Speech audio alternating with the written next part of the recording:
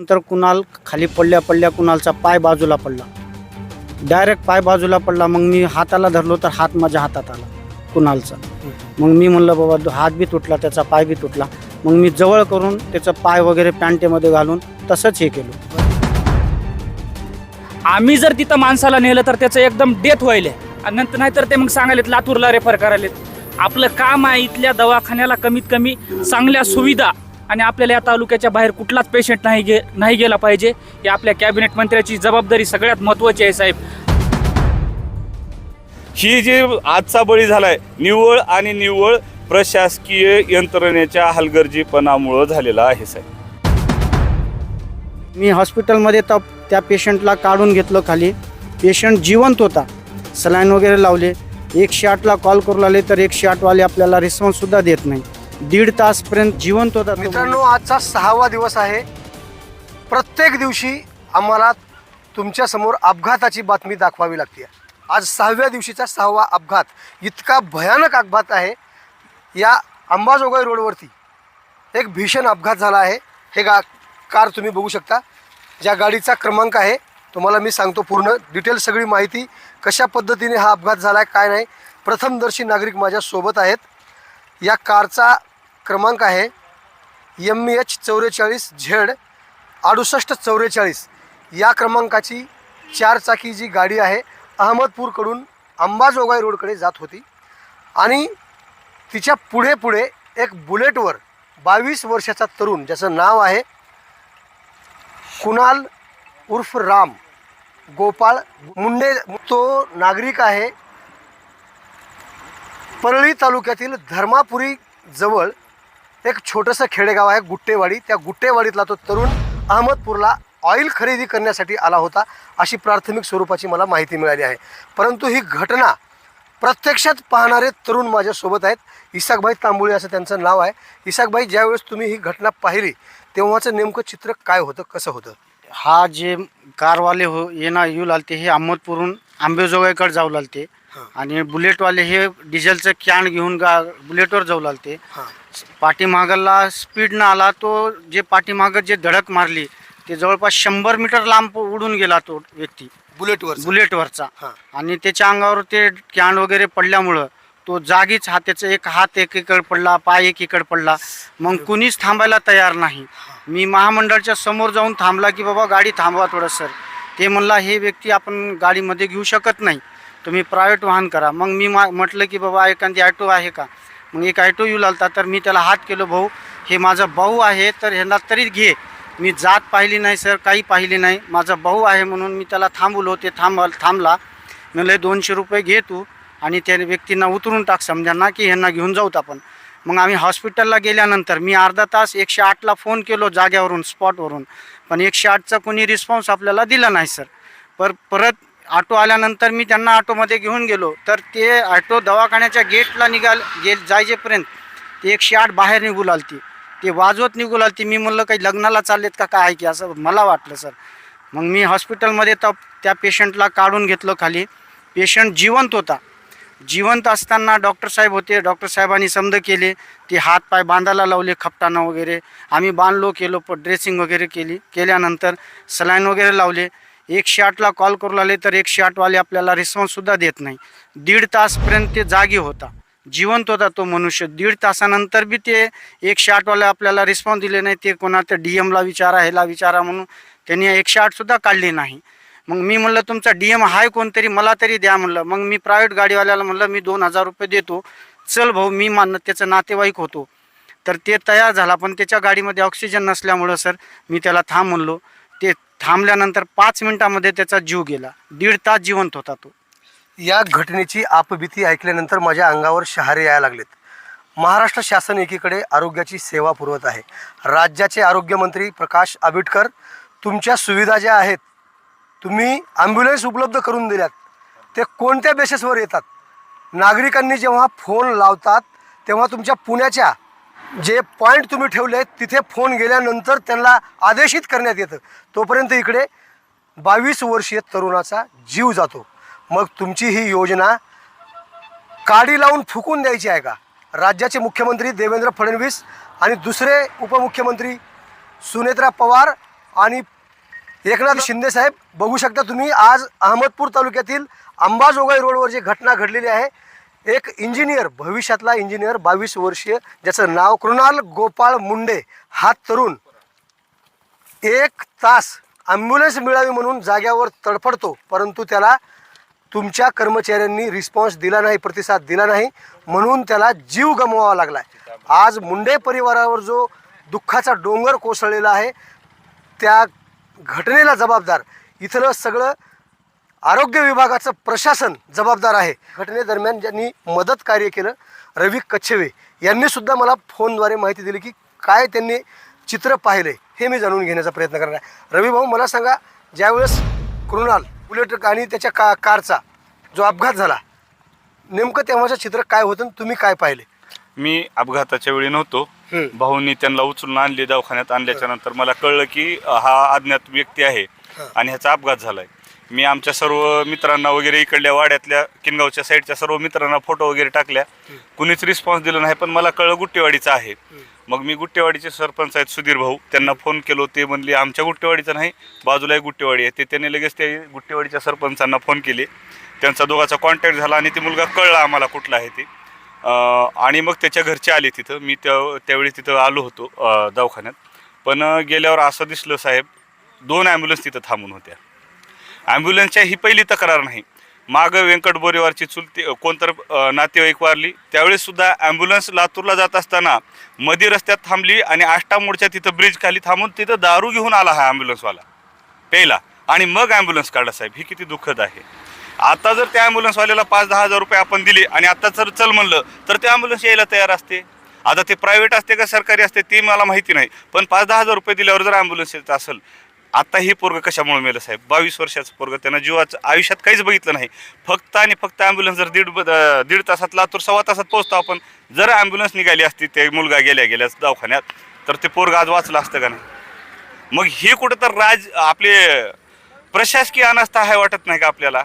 आणि निव्वळ हा बळी प्रशासकीय अनास्थेने गेलेला आहे. ॲम्ब्युलन्स तिथं असताना सुद्धा वरच्याला सगळ्या गोष्टी वरच्याला सांगायची गरज आहे का? कायदेशीर होईल की प्रक्रिया, पण ते वाचल्यावर होईल ना. आता मेले, आता प्रक्रिया करून करणार आहेत काय ते? ही जी आजचा बळी झालाय, निव्वळ प्रशासकीय यंत्रणेच्या हलगर्जीपणामुळं झालेला आहे साहेब. या तालुक्याचे आमदार तथा राज्याचे सहकार मंत्री नामदार बाबासाहेब पाटील आपल्या माध्यमातून अहमदपूरला 100 कॉटचा दवाखाना उपलब्ध होत आहे. मात्र वेळेअभावी एका 22 वर्षीय तरुणाचा जीव जातोय. मागच्या 6 दिवसापासून दररोज मी फक्त अपघाताच्याच बातम्या देतोय. अतिशय घृणास्पद वाटत आहे.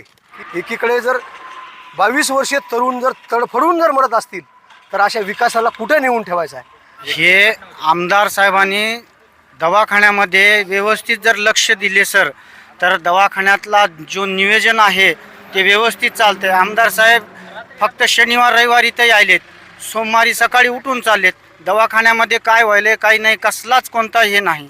समद ढेसाळ कारभार. डिलिव्हरीला बाई आली की लातूरला जा, काही कशाला आली की लातूरला जा. विष पेलं, साधं उंदराचं औषध खाल्लं तर लातूरला पाठवून आलेत. म्हणजे यांचं काय कारभार आहे तेच कळणार गेलं ह्यांना. आता दुसऱ्यांदा जर डिलिव्हरी होऊ लागली लातूरला, अहमदपूरला दुसऱ्यांदा बाई जर गरोदर असली, पहिल्यांदा अहमदपूर ग्रामीण रुग्णालयामध्ये बाळात पण होते, आणि दुसऱ्यांदा जर लातूरला होत असेल तर मग अहमदपूरचे कार करा डॉक्टर काय करालेत?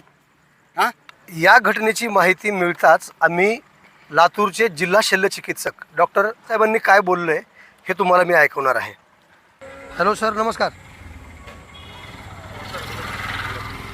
गायकवाड शिवाजीराव बोलतो, अहमदपूरवरून, पत्रकार. सर, एक पाऊण तासापूर्वी एक अपघात झाला अंबाजोगाई रोडवरती. काय पाऊण तासापूर्वी एक अपघात झाला, बर. आणि त्या अपघातामध्ये 22 वर्षीय मुंडे नावाचा तरुण तडपडत होता, आणि तिथल्या लोकांनी 108 त्याला रुग्णवाहिका मागणी केली, परंतु तुमच्या कर्मचाऱ्यांनी दिली नाही. हो, ऐका गायकवाड साहेब, हां, 108 आपल्याकडे नसतं, पुण्याला त्याचं ऑफिस आहे. बर. तिथं जातो, तिथून येतो. आमचा कर्मचाऱ्याचा संबंध नाही. कर्मचाऱ्यांचा संबंध नाही का? हे लक्षात घ्या पहिले. हां हां 108 हे कॉल सेंटर स्टेटचं असतं. पूर्ण राज्यातून कॉल तिथं जातात पहिले. बर हा, आणि तिथून मग ते काय होतं ते होतं. साहेब, इतक्या सुविधा शासनाने देऊन एखाद्या माणसाचा जीव जर जात असेल तर ते फोनची वाट बघत बसायची काय आवश्यकता आहे हो? नाही, तुम्ही 108लाच कॉल करा, कारण ते आपल्या कंट्रोल मध्ये नाहीये, बर, ते स्टेटचं कंट्रोल असतं. हा, अत्यंत लाजीरवाणी त्यांचं उत्तर आहे की हा विभाग आमच्याकडे नाही, तुम्हाला 108ला फोन लावून प्रक्रिया पूर्ण केल्यानंतरच तो विभाग तुमच्याकडे गाडी पाठवत असतो, असं त्यांचं उत्तर आहे. एक तरुण माझ्यासोबत बोलण्यासाठी तयार आहे. वडील नाही, कसं आहे, मलाच त्यांच्याशी बोलावं वाटत नाही, कारण इतका मोठा दुःखाचा डोंगर आज मुंडे कुटुंबियावर कोसळलेला आहे. जर इथल्या अहमदपूरच्या ग्रामीण रुग्णालयातील 108वर जे कर्तव्यावर आहेत, जे कोणी चालक असतील किंवा त्यामध्ये आणखी दुसरे कोणी कर्मचारी असतील, त्यांनी जर तत्परता दाखवून जर आज त्यांनी 108 क्रमांकाची रुग्णवाहिका जर उपलब्ध करून दिली असती तर 100% कृणाल मुंडे हा आपल्यामध्ये जिवंत राहिला असता. परंतु इथल्या कर्मचाऱ्यांच्या या आरोग्य विभागाच्या हलगर्जीपणामुळे 22 वर्षीय कृणाल मुंडे याला आपल्या जीवाशी मुकावं लागले. तुम्ही बघू शकता, कमीत कमी पाठीमागे 150 ते 200 फूट अंतर आहे. घटना या ठिकाणी घडलेली आहे. ज्या ठिकाणी स्पॉट घटनेचा आहे त्या ठिकाणी मी तुम्हाला थांबवून बोलतोय. इथे धडक दिल्यानंतर कमीत कमी 200 फूट पलीकडे जाऊन बुलेट पलटी झालेली आहे आणि कृणालचा तडफडून उपचाराअभावी जीव गेलेला आहे. पुन्हा एकदा मी सहकार मंत्री महोदयांना विनंती करणार आहे की साहेब, अशाच घटना आपल्या तालुक्यामध्ये जर रोज घडत राहिल्या आणि आपल्यासारख्या माणसांनी जर या घटनेकडे जर लक्ष नाही दिलं तर कुठेतरी आपल्याला गालबोट लागणार आहे. म्हणून तुम्हाला आवाज बहुजनांचा न्यूजच्या माध्यमातून आवाहन असणार आहे की तिथल्या ज्या आरोग्य विभागातील यंत्रणा आहे त्यांना आपण सूचना नक्कीच कराल, अशी माझी अपेक्षा आहे. कृणाल उर्फ राम मुंडे हा ज्या बुलेटवरून जात होता त्या बुलेटचा क्रमांक आहे MH27 BR 1100 असा त्याच्या बुलेटचा क्रमांक आहे. आणि अक्षरशः अशा ठिकाणी सुद्धा जे कर्तव्यावर पोलीस होते, त्यांचं नाव मला सांगायचं नाही, ते इथं सुद्धा नाहीत, परंतु या घटनेच्या वेळी ते इथं उपस्थित होते. परंतु ज्यावेळेस त्यांनी ऑफलाईनमध्ये मला माहिती सांगितली आणि हेच खरी माहिती आहे, तुम्ही बोलाल का म्हटल्यानंतर ते बोलायला धजावले नाहीत, कारण माझी नोकरी आहे. मी जर बोललो तर माझ्यावरती काय येतं की, अशी माणसांची आत्ता सध्याची मनस्थिती झालेली आहे. मित्रांनो, खऱ्या अर्थानं अपघात समयी आपण मदत केली पाहिजे. हे नागरिक जे आहेत, नेमकं ह्यांना काय सांगायचं हे मी जाणून घेण्याचा प्रयत्न करत आहे. सर, तुमचा परिचय सांगा. आणि आज ही घटना जी घडली आहे, 22 वर्षाचा तरुण उपचाराअभावी तडपडून त्याला जीव गमवावा लागला, काय सांगायचं? नमस्कार सर, माझं नाव गजानन. माझं प्रशासकीय यंत्रणेला आव्हान आहे सर. ह्या ज्या रहदारी खूप वाढलेली आहे आणि हे जे आजूबाजूचे जे मद्यपान करणारे जे धाबे आहेत, ह्या लोकांची इथं जास्त आवक जावक जास्त प्रमाणात होत आहे वाहनांची. आणि प्रशासकीय यंत्रणेला एक माझं आव्हान आहे, ॲक्सिडेंट झाला जर समजा आपण जरी दारू पिणार नसलो तर समोरचा दारू पिऊन येणारा आपल्या एकदम न पिणाऱ्या माणसाला पण उडून चाललेला आहे. आजचं ताजं उदाहरण, रात्रचं काय झालं साहेब, रात्री नागठाण्याचा लोखंडे नावाचा पुरुष उडवला त्याला समोर वाहनाने आणि वाहन निघून गेलं. मी नेलं साहेब दवाखान्यात आणि मी दवाखान्यात सोडल्याच्या नंतर ॲम्ब्युलन्स आली साहेब. सर्वसामान्य युवकाचा वाली कुणी राहिलाच नाही. माझं आव्हान आहे इथलं कॅबिनेट मंत्र्यांना, आपण दवाखाना 100 खाटाचा तर बनवणार आहोत, पण आम्ही जर तिथं माणसाला नेलं तर त्याचं एकदम डेथ व्हायला आणि नंतर नाहीतर ते मग सांगायलेत लातूरला रेफर करायलेत. आपलं काम आहे इथल्या दवाखान्याला कमीत कमी चांगल्या सुविधा, आणि आपल्याला या तालुक्याच्या बाहेर कुठलाच पेशंट नाही गेला पाहिजे. ही आपल्या कॅबिनेट मंत्र्याची जबाबदारी सगळ्यात महत्त्वाची आहे साहेब. आणि माझं आव्हान आहे, त्यांनी हे सगळे सोयीयुक्त दवाखाना उपलब्ध करून द्यावं आणि सर्वसामान्याचे गोरगरीब लेकरांचे प्राण वाचतील. ठीक आहे, धन्यवाद सर. खऱ्या अर्थानं या घटनेमध्ये हिरिरीने भाग घेऊन ज्यांनी मदत सहकार्य केलं, इसाकभाई तांबोळी, त्यांनी जात धर्म न पाहता कृणाल वाचेल का ह्याचा प्रयत्न खूप मोठ्या त्यांनी प्रमाणामध्ये केला, परंतु त्यांना यश आलं नाही. सर, मला सांगा, ही घटना किती वाजता घडली आहे? 5:20 घडली. बरं, तेव्हा तुम्ही कुठे जात होतात? मी इकडं आलो होतो. कुठून? अहमदपूरहून. हां हां, मी इथं आलो. ते आल्यानंतर मला एकदम आवाज आल्यानंतर मी 5:21 कुणालच्या समोर होतो. मग समोर आल्यानंतर कुणाल खाली पडल्या कुणालचा पाय बाजूला पडला, डायरेक्ट पाय बाजूला पडला. मग मी हाताला धरलो तर हात माझ्या हातात आला कुणालचा. मग मी म्हणलं बाबा हात बी तुटला, त्याचा पाय बी तुटला. मग मी जवळ करून त्याचा पाय वगैरे पॅन्टेमध्ये घालून तसंच हे केलो. बरं, ह्या गाडीमध्ये 4 चाकीमध्ये किती जण होते? एकच माणूस होते. बरं, त्याची काय अवस्था होती? काय नाही, त्यांना कुठंच मार नाही, फक्त त्यांना एक बहुतेक छातीला स्टिअरिंग लागली. म्हणजे बघण्यावरून आपल्याला लक्षात येते की तो ड्रिंक वगैरे ड्रिंक काय- केलेलं आहे ते. हां, हां. ड्रिंक केलेलं आहे ते. बरं. असं म्हणजे त्यांना सुद्धा माहित नाही की काय झाले नेमकं. ते अशा अवस्थेमध्ये होते त्यांनी. पण कुणालचा खूप मोठा सर 108 मुळे कुणालचा प्राण गेलेला आहे. मला फक्त 108 मुळे त्या कुणालसाठी मी एवढं हे केलो, पूर्ण दवाखाना गरजलो. मी प्रायव्हेट गाडीसुद्धा थांबवलो होतो मी डिझेलला पैसे देण्यासाठी. मी शेवटपर्यंत म्हणलं माझा भाऊ आहे ते, मी शेवटपर्यंत. या घटनेमध्ये कुणाल जीव जाताना इसाकभाई तांबोळे यांनी पाहिले, म्हणून त्यांनी अत्यंत दुःख व्यक्त करत आहे त्यांच्या शब्दामधून. खऱ्या अर्थानं त्यांच्या प्रयत्नाला यश आलं नाही, परंतु दुसरा कुणाल इथे घडू नये म्हणून सहकार मंत्री महोदयांना पुन्हा एकदा विनंती असणार आहे, जर आपण याच्याकडे जातीने जर लक्ष घातलं तर सगळीच यंत्रणा सुतासारखी नीट होऊ शकते.